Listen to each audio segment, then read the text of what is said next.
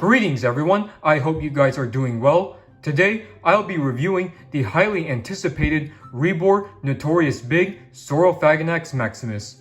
I'm so glad Rebor decided to make this, as I was in desperate need of a good Saurophaganax. The only other ones to my knowledge is the one by Collecte and the one from the Sega Dinosaur King line. Those ones were good, but they weren't major standouts like this one. I chose the Badlands variant for reasons I'll explain later on. So let's take a quick look at the box. Just by looking and feeling this packaging, you can tell that you're getting a high quality model. So on the top left, Saurophaganax Maximus, Notorious Big Badlands, and scale 135. The bottom right, you got the Rebor logo, and in the center, you have a skeletal reconstruction of the dinosaur. And then on the back, you have all the other animals in this collection. So let's waste no time and see what this dinosaur figure has to offer. This fact card is also included. There's a description, some skeletal material, a size comparison, and the location where its fossils were found. Now here is Notorious Big out of the box, and wow, this is what you call a shelf presence. If I wanted to, I don't even need to go in depth with features like the detailing and paint job. Just by looking at him here, you can already see how awesome he is. But since this is a review on Darian the Dinosaur's channel, we're going to have to go over those features. So by looking at the detailing, it's absolutely stupendous. It rivals that of PNSO and Nanmu. See all of these intricately sculpted scales all across the body and going down the tail? There's even plenty on the underbelly, which is usually an area most companies tend to overlook when it comes to detailing. You've got these huge legs with these slightly oversized feet, but the toes are splayed out to help with stability. Then here's these powerful arms with huge claws. On the top, there's these crocodilian-like scoots. There's an iguana-like dewlap, and looking at the head sculpt, no doubt an allosaurid head. Unfortunately, there is a bit of shrink wrapping.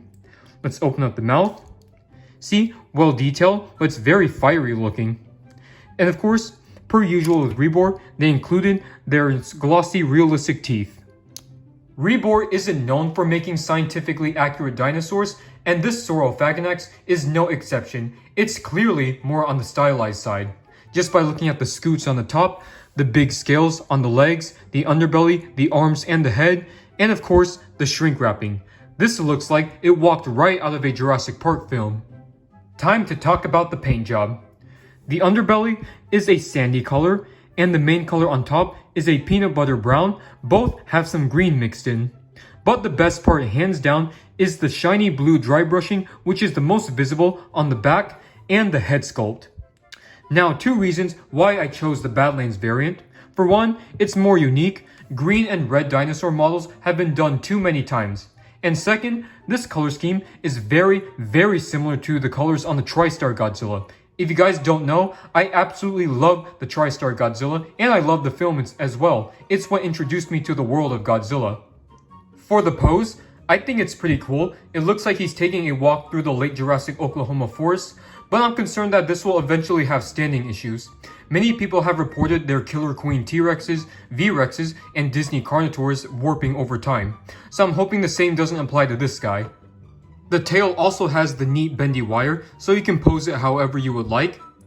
The arms are also articulated, which is another reason why I absolutely love this figure.